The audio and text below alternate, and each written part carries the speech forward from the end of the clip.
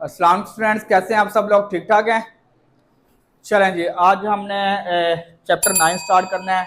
Chapter 9 के आपके पास definitions है। पहले डेफिनेशन पढ़ेंगे और साथ इसके थ्योरम करने हैं।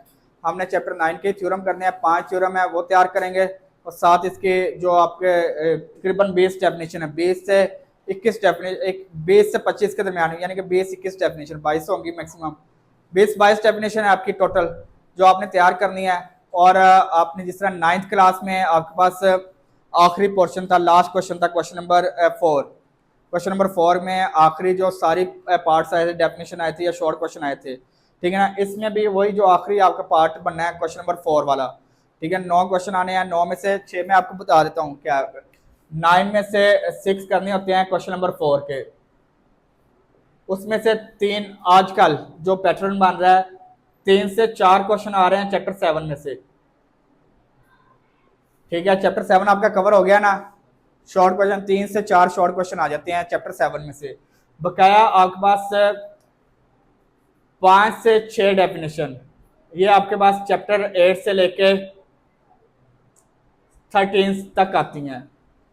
और आपके पास आप देखिएगा चैप्टर 9 में हम पढ़ेंगे 8 से 9 डेफिनेशन पढ़ेंगे, ठीक है। आगे वो चैप्टर 11 में भी वही डेफिनेशन है, चैप्टर 12 में भी वही डेफिनेशन है, चैप्टर 13 में भी वही डेफिनेशन है, और साथ एक एक दो दो डेफिनेशन और ऐड हो जाएंगी हर चैप्टर की, बस नहीं। जिस तरह चैप्टर 10 में 3 डेफिनेशन है वो ऐड होनी है, चैप्टर 12 में 2 डेफिनेशन, चैप्टर 11 में तो सेम ही आ जानी है।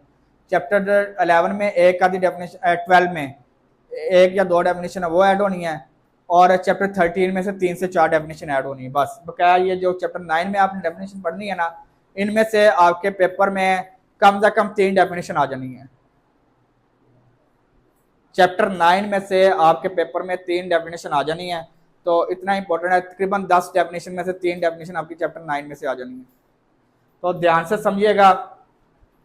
सबसे पहली डेफिनेशन है डिफाइन सर्कल। आज हम 4 डेफिनेशन साथ एक थ्योरम करेंगे, थ्योरम 1, चैप्टर 9 का थ्योरम 1 करेंगे। अच्छा जी, फर्स्ट डेफिनेशन है आपके पास सर्कल की। सर्कल क्या होता है?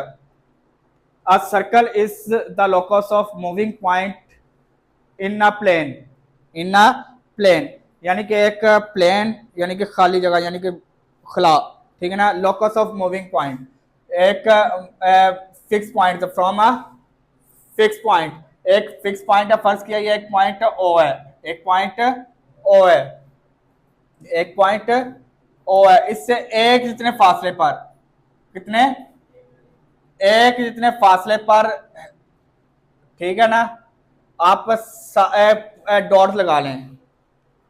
आ circle is a locus of moving point, moving point, ये देखें मूव हो रहे हैं ना पॉइंट, ये मूविंग पॉइंट, ये in a plane which is always equidistant from a some fix point, एक फिक्स पॉइंट ओ से एक जितने फासले पर होंगे, एक, ये डेफिनेशन याद रखनी है ये वाली, एक जितने फासले पर एक जो आपके पास पॉइंट बनेंगे, मूविंग पॉइंट बनेंगे, ठीक है। The fix point not lying on the circle, वो सर्कल के ऊपर लाइन नहीं करेगा, यानी कि वो सिर्फ वो सर्कल के अंदर होगा पर सर्कल के ऊपर नहीं होगा, सर्कल के ऊपर नहीं होगा। वो कह रहा है कि एक फिक्स पॉइंट से एक जितने फासले पर जो आप पॉइंट लें, उन सारे पॉइंट्स को मिलाने से जो आपके पास डायग्राम बनेगी ना, उसे कहते हैं सर्कल, उसे क्या कहते हैं? सर्कल। ये एक पॉइंट ओ है ना, इससे एक जितने फासले पर जितने भी पॉइंट लेंगे, मूविंग पॉइंट है जो मूव कर रहे हैं, ठीक है। एक फिक्स पॉइंट ओ से एक फिक्स पॉइंट ओ से एक जितने फासले पर जो भी पॉइंट बनेंगे, और सारे पॉइंट्स को मिलाने से जो डायग्राम बनेंगे उसे कहते हैं, समझ आई या नहीं आई? यही डेफिनेशन आपने याद करनी है। आज सर्कल इज आपकी बुक में लिखी हुई है, चैप्टर 9 जब स्टार्ट हो रहा है ना, पहला पैराग्राफ है, सर्कल की डेफिनेशन आपकी बुक में लिखी हुई है, मैंने आपकी बुक में से लिखी है। A circle is the locus of a moving point in a plane which is always equidistant from fixed point O. The fixed point O is not lying on the circle is called center, is called center होगा, वो circle का क्या होगा? Centre होगा, the constant distance, ये जो आपके पास जो एक जितने फासले पर वाक़या है, ये जो सेंटर से, ये जो आपने एक जितने फासले पर जितने भी पॉइंट्स हो सबको मिला के ये जो आपके पास बने हैं, ये देखें, ये जो कांस्टेंट डिस्टेंस है, इसे हम सपोज कर लेंगे ये भी 4 सेंटीमीटर है, फर्ज किया ये भी 4 सेंटीमीटर है, ये भी 4 सेंटीमीटर है, ये भी आपके पास 4 सेंटीमीटर है, ये भी आपके पास 4 सेंटीमीटर है, ये भी आपके पास 4 सेंटीमीटर है। एक कांस्टेंट डिस्टेंस है, सबका डिस्टेंस सेम होगा, सबका डिस्टेंस सेम होगा। तो अब आपने याद रखना है, एमसीक्यू भी आता है, radii of a circle all equal, all, एक ही सर्कल के जितने भी रेडियस होंगे सारे क्या होंगे, ये एमसीक्यू आता है, एक ही सर्कल के जितने भी रेडियस होंगे क्या होंगे, और रेडियस की जमा होती है रेडियाई, रेडियस की जमा क्या होती है, क्लियर है, समझ आ गई है। तो एक फिक्स पॉइंट से एक जितने फासले पर जो मूविंग पॉइंट बनाते हैं उन्हें क्या कहते हैं, सर्कल। उसने ओपी कर दिया हुआ है, ये आपके पास जितने भी पॉइंट है ना, ओपी है, ये ओपी, ये पी है, ये पी है, ये पी है, ये पी है, ये पी है, ये सारे पॉइंट पी है। ये एक ही पॉइंट पी है जो मूव कर रहा है, एक ही पॉइंट पी है जो मूव कर रहा है। ओ से पी का डिस्टेंस, ओ से पी का जो डिस्टेंस है इससे कहते हैं हम, क्या कहते हैं, रेडियस। इसे क्या कहते हैं, यही लिखा हुआ है, OP is the radius, OP is the radius, O से पी का डिस्टेंस।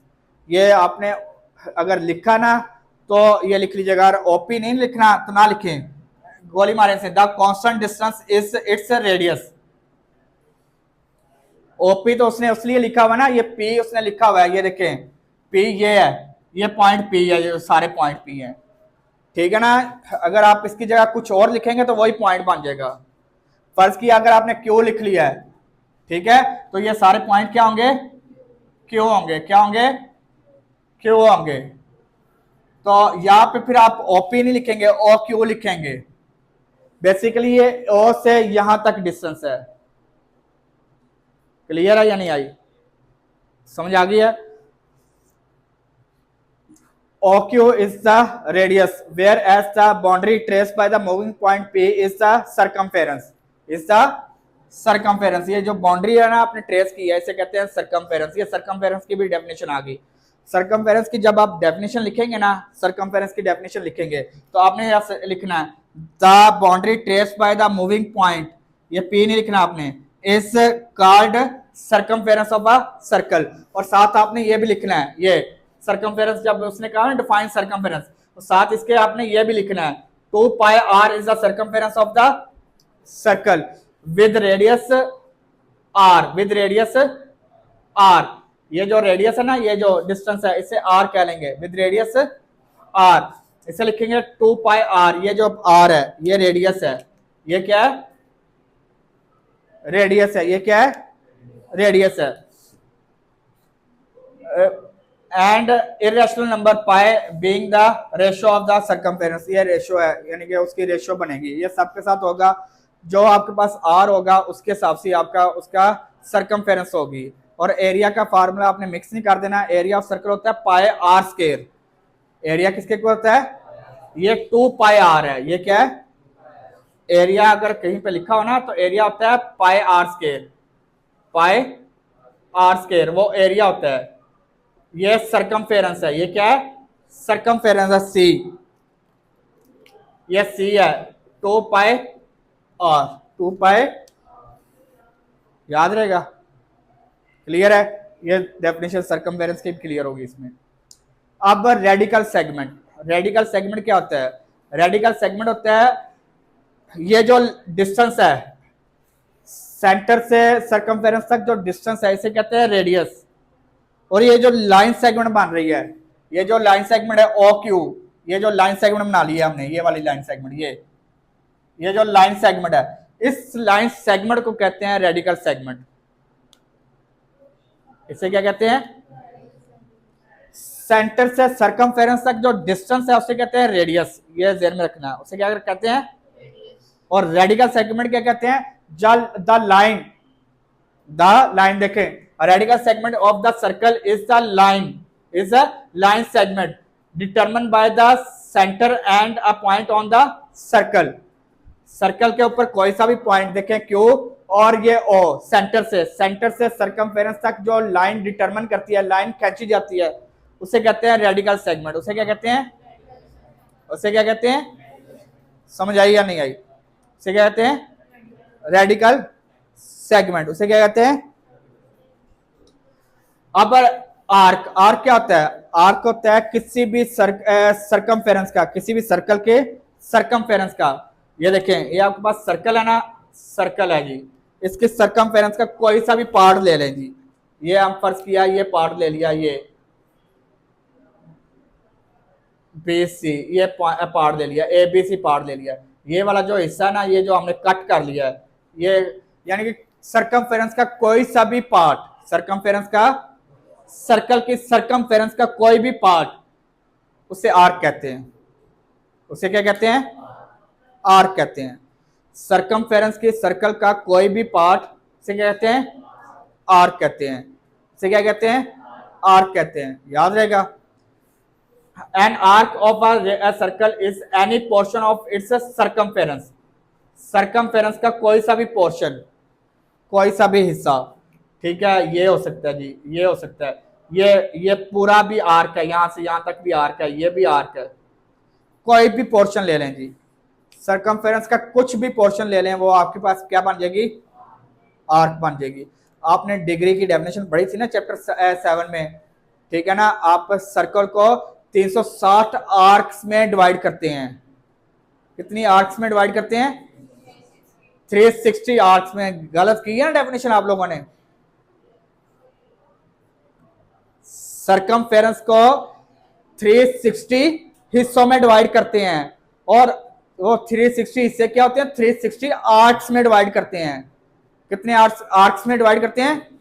और हर आर्क सेंटर के साथ जो एंगल बनाती है उसे कहते हैं 1 डिग्री।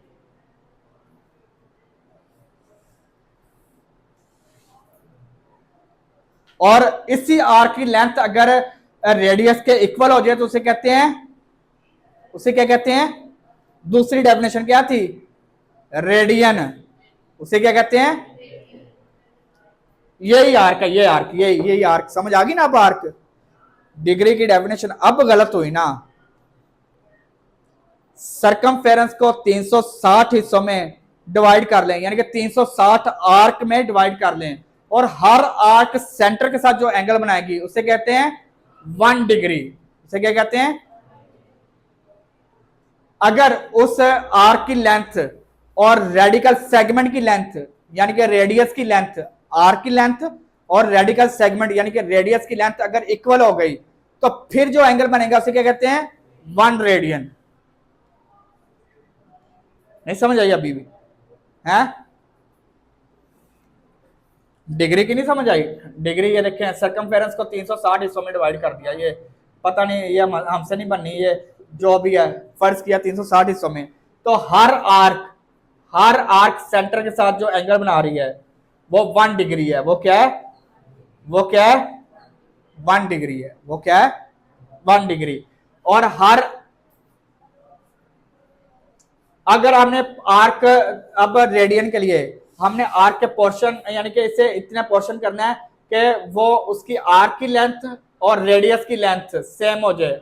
आर्क की लेंथ और, यानी कि आर्क की लेंथ फर्ज किया 4 से, रेडियस की लेंथ 4 सेंटीमीटर और आर्क की लेंथ भी 4 सेंटीमीटर है। अगर आर्क की लेंथ और रेडियस की लेंथ सेम हो जाए, आर्क की लेंथ और, तो तब सेंटर के साथ जो एंगल बनेगा उसे कहेंगे रेडियन।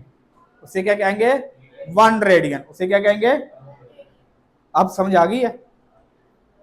डिग्री 360 से रेडियन में आर्क की लेंथ और रेडियस की लेंथ अगर सेम हो गई और फिर जो सेंटर के साथ एंगल बनेगा उसे कहते हैं 1 रेडियन। 1 रेडियन। चलें जी, अब आज हमने थ्योरम स्टार्ट करने हैं। चैप्टर 9 के ना टोटल 5 थ्योरम है और वही 5 तैयार करने हैं। पहला थ्योरम डिफरेंट है और आखिरी 4 2 और 3 एक जैसे हैं, एक दूसरे के रेसिप्रोकल इनवर्स हैं। और 4 और 5 एक दूसरे के इनवर्स हैं। 4 और 5 एक जैसे हैं, जिससे एक आ जाएगा दूसरा भी आ जाएगा। जिससे 2 और 3 एक जैसे हैं, जिससे 2 आ जाएगा उससे 3 भी आ जाएगा। ठीक है, इंशाल्लाह करवाऊंगा डेली बेसिस पे। एक आपने थ्योरम कल से लिखना भी शुरू कर देना है। पहले मैं आपका थ्योरम चेक करूंगा, फिर नेक्स्ट थ्योरम पढ़ाऊंगा, और डेफिनेशन जो 4 पढ़ाई हैं ये भी आपसे कल सुनूंगा, और साथ एक थ्योरम लिखवाएंगे आपके, ये जो अभी करवाने लगा हूँ। और फिर उसके बाद इंशाल्लाह हम नेक्स्ट थ्योरम करेंगे, और डेली बेसिस पे हमने पढ़ना भी है। ठीक है, तो पहला थ्योरम है जी, स्टेटमेंट देखिएगा, कह रहा है कि one and only one circle can pass through 3 non collinear points. कह रहा है कि 3 नॉन कोलिनियर पॉइंट्स में से सिर्फ और सिर्फ एक ही सर्कल पास कर सकता है, एक से ज्यादा सर्कल पास नहीं कर सकते। ओपन कर लें चौधरी साहब, मुझे तो हल्का हल्का याद है 10th का ही पढ़ा रहा हूँ, थ्योरम 10th का ही पढ़ा रहा हूँ, चैप्टर 9 का theorem 1। One and only one circle, one and only one circle can pass through from 3 non collinear points. 3 non collinear point में से सिर्फ और सिर्फ एक ही सर्कल गुजर सकता है, एक से ज्यादा सर्कल नहीं गुजर सकते। तो 3 non collinear points, non collinear points कौन से होते हैं? ऐसे तमाम पॉइंट्स जो एक ही लाइन पर वाक़या ना हो, एक ही लाइन पर वाक़या ना हो, उन्हें कहते हैं नॉन कोलिनियर पॉइंट्स। तो वो कह रहा है कि हमारे पास ना, देखें बुक में देखें डायग्राम, आपने ना आपको एक असूल 9th में बताया था, दोबारा बता देता हूँ। थ्योरम के डायग्राम का आपके पास जब आप पेपर में करेंगे तो आपके पास 1 नंबर है।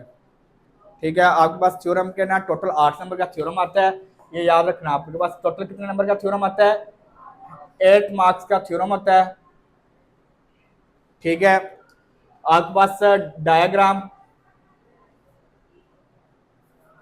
1 नंबर, उसके बाद given 1 number, to prove 1 number, construction 1 number, statement 2 marks, और रीजनिंग 2 मार्क्स। और आप लोगों ने ना ये मेहरबानी करके ना 9th क्लास में भी आपको बड़ी मुश्किल से सिखाया था कि जो स्टेटमेंट लिखेंगे ना, जो स्टेटमेंट में लिखेंगे उसके रीजन उसके सामने लिखनी है। ठीक है, अभी मैं आपको बताता हूँ इस थ्योरम की स्टेटमेंट, और फिर आपको बताऊंगा कैसे लिखना है आपने। ठीक है ना, जो स्टेटमेंट लिखेंगे ना उसके रीजन उसके सामने लिखेंगे।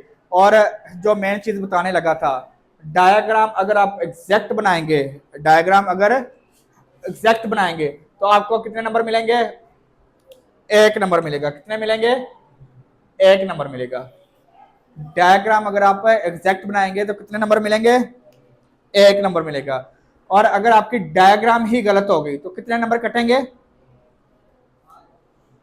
8 नंबर कटेंगे, सारे कट जाएंगे। चौधरी साहब समझ आई है? डायग्राम अगर आपकी सही हुई, डायग्राम क्या हुई तो कितने नंबर मिलेंगे? डायग्राम ही गलत हो गई तो कितने नंबर कटेंगे? तो इससे आपको डायग्राम की इंपॉर्टेंस का पता लग जाना चाहिए, तो लग जाएगा आपको पता। इस दफा मैं आपके साथ 9th वाली रायत नहीं करूंगा, जिसकी डायग्राम गलत होएगी मैं पूरा थ्योरम क्रॉस किया करूंगा। 9th क्लास में तो मैं फिर भी आपको मार्क्स दे देता था, चलें कोई नहीं, मसला हो जाता है। ठीक है, कर लेंगे प्रैक्टिस, पर अब नहीं होगा इस तरह। एग्जैक्ट डायग्राम मैं चेक करूंगा आपको। ठीक है, वो कह रहा है कि 1 and only 1 circle can pass through from 3 non cleaner points. 3 non cleaner points बनाए हुए हैं उसने। देखें जी डायग्राम देखें आपकी बुक में, मेरी एग्जैक्ट नहीं बनेगी, आप लोगों ने एग्जैक्ट बनाना है। पॉइंट ए है, पॉइंट बी है, और पॉइंट सी है। 3 पॉइंट्स दिए हुए हैं उसने आपके पास गिवन में। देखें जी गिवन में उसने बताया हुआ है A B and C are 3 non collinear points. A B C and A B and C are three non clear points in a plane. एक प्लेन में आपके पास तीन नॉन क्लियर पॉइंट्स हैं जी, इसका गिवन है जी। गिवन में आपके पास यही है। कोई मुश्किल है? गिवन मुश्किल है? याद हो गया? ठीक है। फिर वो कह रहा है कि तो प्रूफ क्या करना है? One and only one circle can pass through from, यही लिखा हुआ है। अब कंस्ट्रक्शन देखिएगा। कंस्ट्रक्शन में हमारे पास क्या है? कंस्ट्रक्शन देखिएगा यार आप लोग। कंस्ट्रक्शन में कह रहा है कि ज्वाइन ए टू बी, ये पॉइंट ए को बी से ज्वाइन कर दे और बी को सी से ज्वाइन किया है। ये कंस्ट्रक्शन है। ए को बी से और बी को सी से, और ए का आपने परपेंडिकुलर ड्रॉ करना है। ए ड्रॉ परपेंडिकुलर, यहाँ पे क्या पॉइंट लिखा हुआ है? D F. ये point perpendicular D F draw किया है। क्या ड्रॉ किया है? चले एक ही बात है, डी एफ परपेंडिकुलर ड्रॉ किया है, ठीक है। और दूसरा परपेंडिकुलर ड्रॉ क्या किया उसने? एक डी एफ परपेंडिकुलर एच के, डी एफ परपेंडिकुलर ड्रॉ किया ए बी पर, ए बी पर परपेंडिकुलर ड्रॉ किया है डी एफ, ए बी पर परपेंडिकुलर ड्रॉ किया है डी एफ, और बेसी पर परपेंडिकुलर ड्रॉ किया है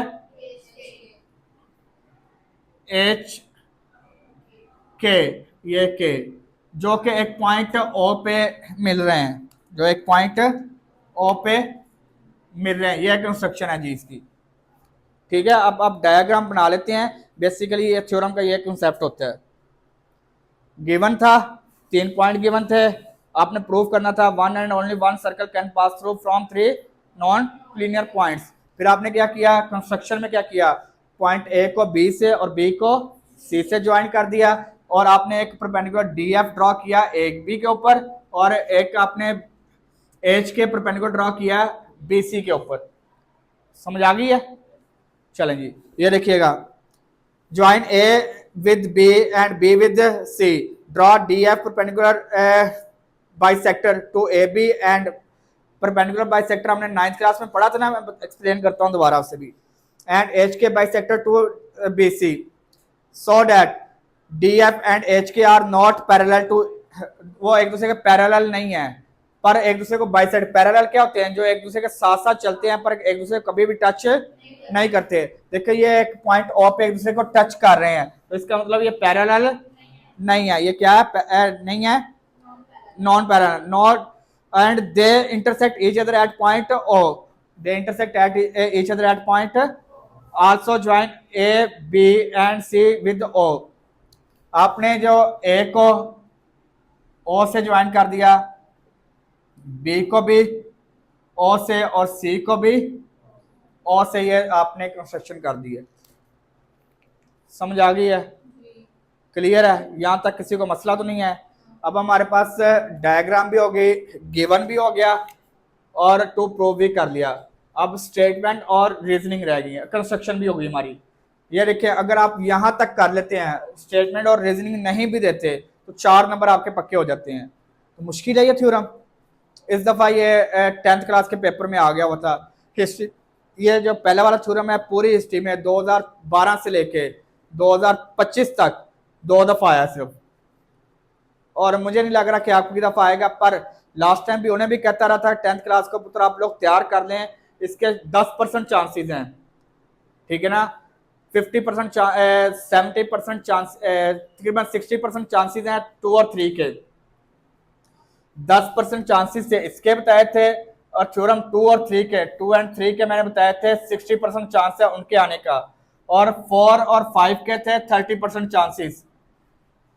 यानी कि ये सबसे कम दफा आता है, सबसे ज्यादा दफा 2 और 3 आता है, और 4 और 5 कभी आता है कभी नहीं आता, ठीक है। तो ये पूरी हिस्ट्री में 2 दफा आया 10th क्लास के लाहौर बोर्ड में, 12-13 सालों में सिर्फ 2 दफा आया। तो आपकी दफा में भी ना आए, पर मुश्किल इतना कोई नहीं है। कोई मुश्किल है इसमें? इजी 4 नंबर है।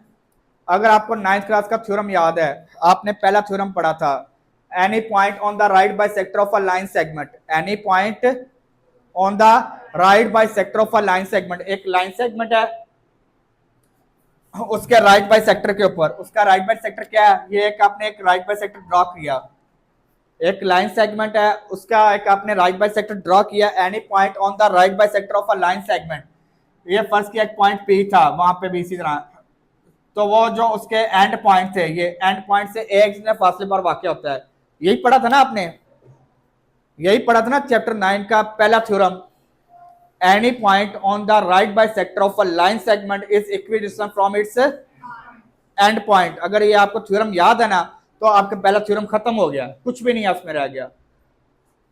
ठीक है, अब आपके पास देखें स्टेटमेंट में, देखें जी स्टेटमेंट में देखें every point on the D F, ये देखें आपके पास D F right bisector है ए बी का, D F right bisector है ए बी का, तो डी एफ के ऊपर कोई सा भी पॉइंट लें, डी एफ के ऊपर कोई सा भी पॉइंट लें, वो ए बी से एक जितने फासले पर वाक़ होगा, यही आगे लिखा हुआ उसने स्टेटमेंट जो लिखी हुई है, जो स्टेटमेंट लिखी हुई है उसके सामने उसकी रीजन लिखी हुई है, स्टेटमेंट के बिल्कुल सामने उसकी रीजन लिखी हुई है। देखें उसकी रीजनिंग क्या ली हुई है, ये देखें every point on the D F is equidistant from A and B, D F ये देखें रीजनिंग में D F perpendicular bisector to the A B, construction में ये उसने बता दिया हुआ है। देखो फिर उसने स्पेस दे के नेक्स्ट पॉइंट लिखा है, स्पेस दे के नेक्स्ट पॉइंट लिखा है इन परपेंडिकुलर, अच्छा पर्टिकुलर, तो एक बी के ऊपर कोई सा भी पॉइंट लें तो वो एक जितने फासले पर वाक़ होंगे, तो फिर ओ से ए का और ओ से बी का डिस्टेंस एक जितना ही है, ओ से ए का और ओ से बी का डिस्टेंस पहली वो बन गई equation, O B equal to O A, यानी कि डी एफ परपेंडिकुलर है ए बी का, डी एफ परपेंडिकुलर है ए बी का, यही था। Any point on the D F is equidistant from A B, तो O A equal to O B है। इसी तरह कह रहा है कि similarly any point on the H K ऊपर कोई सा भी पॉइंट लें, वो बी सी से एक जितने फासले पर वाक़ होगा, यही लिखा हुआ है ना, ये एच के राइट बाई सेक्टर है ना बी सी का, तो एच के ऊपर कोई भी पॉइंट लें तो वो बीसी से एक जितने फासले पर होगा, तो फिर ओ से बी का और ओ से सी का डिस्टेंस भी इक्वल है, यही लिखा हुआ है, ओ से बी का और ओ से सी का डिस्टेंस भी क्लियर है या नहीं क्लियर, किसी का मसला, थ्योरम याद हुआ या नहीं हुआ, हो गया याद, खत्म हो गया theorem. In particular O B equal to O C, उसने लिखा हुआ है O B equal to O C के है, तो अगर O A equal to O B है तो O B equal to O C है, तो फिर ओ ए इक्वल टू ओ सी भी होगा, ओ ए इक्वल टू ओ सी भी होगा, यही लिखा हुआ देखें।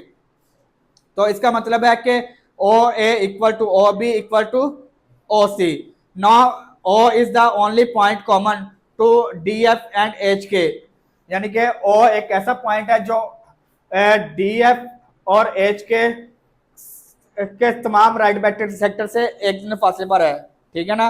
तो इसका मतलब है कि O A equal to O B equal to O C, equation 1 and 2।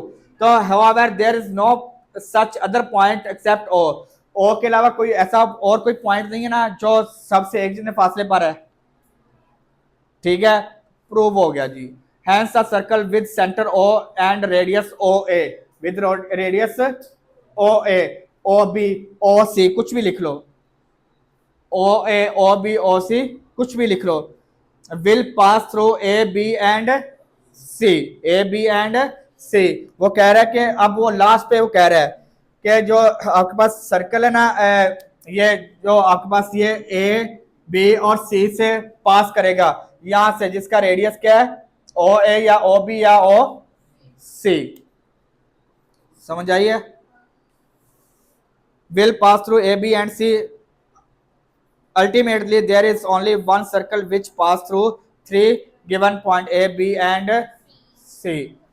Theorem में कोई चीज मुश्किल थी, ये गधे गलत करके हैं इस दफा जी 10th वाले, हम याद ही नहीं करके गए थे, इंपॉर्टेंट नहीं था, मैं बता के खप गया था पुत्र। 10% चांसेस हैं इसके आने के, और आपको भी बता रहा हूं कि आ सकता है, चांसेस हैं, मुश्किल नहीं है।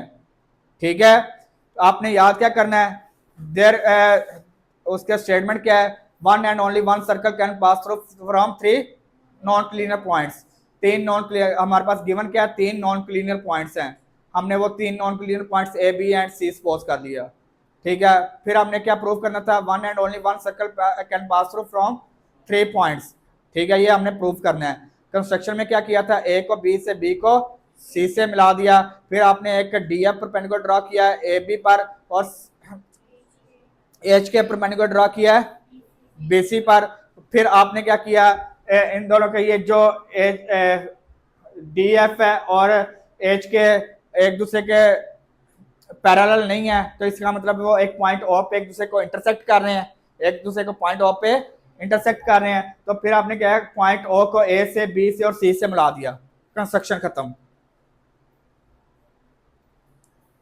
ठीक है, फिर आपने क्या करना है, आपने प्रूव करना था एक ही सर्कल पास करता है। तो आप क्या करेंगे, सबसे पहले अगर आपको यह थ्योरम याद है तो आपको पता होना चाहिए, any point on the right by sector of a line segment is equidistant from and point.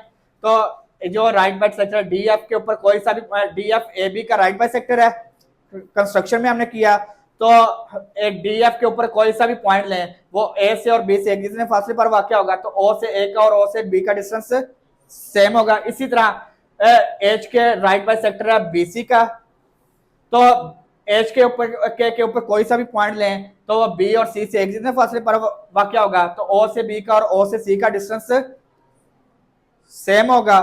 तो हमारे पास ये अगर हम कर लेते हैं तो हमारे पास, अभी हमने सर्कल की डेफिनेशन पढ़ी थी कि सर्कल की डेफिनेशन क्या थी, वो एक फिक्स पॉइंट से एक जितने फासले पर जितने भी पॉइंट होंगे उस सारे पॉइंट्स को मिलाने से जो डायग्राम बनती है उसे क्या कहते हैं।